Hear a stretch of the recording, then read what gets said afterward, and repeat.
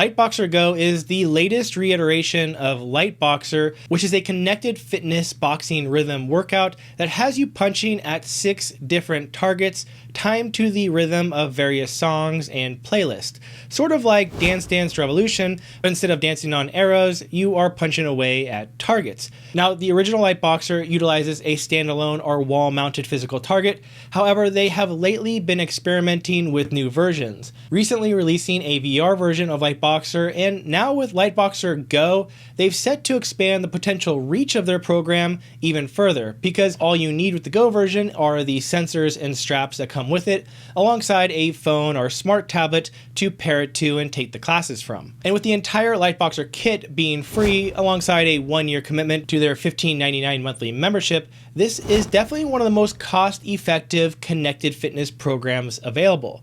But just because something is cost-effective doesn't always mean that it is a good deal. And even though I enjoy shadowboxing and rhythm games, so hitting both genres should sort of be a home run for me with Liteboxer Go, or at least it should, but unfortunately it just never clicked.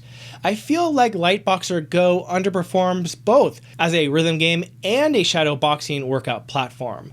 And this is sort of how I felt slightly when reviewing the VR version of Liteboxer, but at least there, because of the immersion and because you felt like you were actually punching targets and your aim was actually considered, it was a lot better than what is on display here. Both, I feel, are sort of lazy repurposes of the original Liteboxer program, which, while I haven't used it, I have heard that it can be a lot of fun. But to use the same content in the same way with other mediums that it just doesn't feel made for, it just comes across as awkward and not well thought out.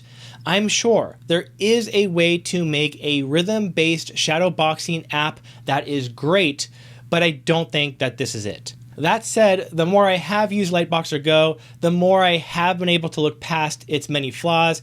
There definitely is some good stuff here, but with the subscription cost, even though the equipment is free, I think they're going to have to do a lot more to make this program worth consideration. So as I mentioned, the Liteboxer Go package is free with a 1-year membership, or essentially $192 every year, unless you want to commit to 2 years. There's also a month-to-month membership as well for $18.99, but with that you will have to pay $100 for the hardware, and since the hardware is mostly useless without the membership, I can't imagine many people are going to be going that route. Now, the Liteboxer Go package is pretty cool. The bag that holds everything together is nice, the 2 sensors have a good case that works as a charger, and the battery life is supposedly 25 hours, though I have not come close to that amount of use, so I couldn't say one way or the other. Included is a portable tablet stand, 2 additional 1-pound egg weights that you can hold on to make the workouts a little harder,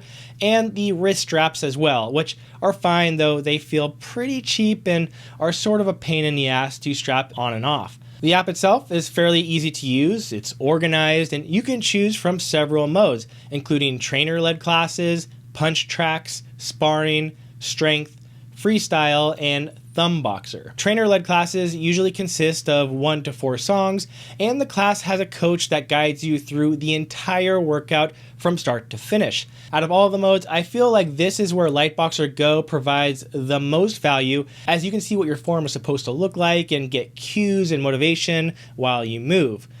Punch tracks are just single songs that you can try to get a high score with, and they each have 4 difficulty modes: easy, medium, hard, and extreme. And these can be pretty fun to pick away at and try to climb your way up the currently pretty small leaderboard. Sparring workouts are pretty much identical to trainer-led classes, except that the coach only comes in at the beginning and in between songs to give you some coaching on the upcoming combos, and then sort of disappears while the song plays. And this is a good option as well for those who want a bit of coaching but don't really want to have to listen to the instructor while you get into the flow of the song. The strength category is pretty much a combination of stretching, yoga, warm-ups, and a few strength workouts. There's not a lot here, and it's not particularly good, but they didn't have to include it, so I think it's a good addition that some may want to use occasionally. Freestyle mode just counts your total punches for however long you'd like. Maybe you're following another program like Peloton's boxing classes or something like that, and you just want to see how many punches you end up throwing with the sensors. Well, this could be a good option for something like that.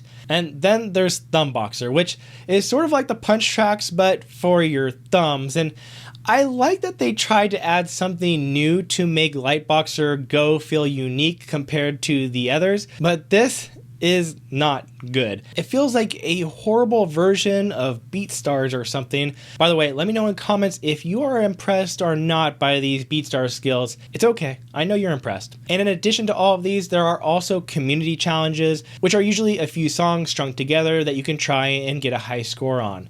There's also a match mode, which allows you to challenge any of your friends to your personal high scores. So in terms of what's offered here, it's actually not bad. The problem is that the content, which works well with the original Liteboxer and to a lesser extent Liteboxer VR, does not feel good to use here. The primary reason is because while the previous versions of Liteboxer tested both your rhythm and coordination, the coordination part has been completely cut from the Liteboxer Go. So you can punch up or down or any direction you would like, and you're going to hit the target.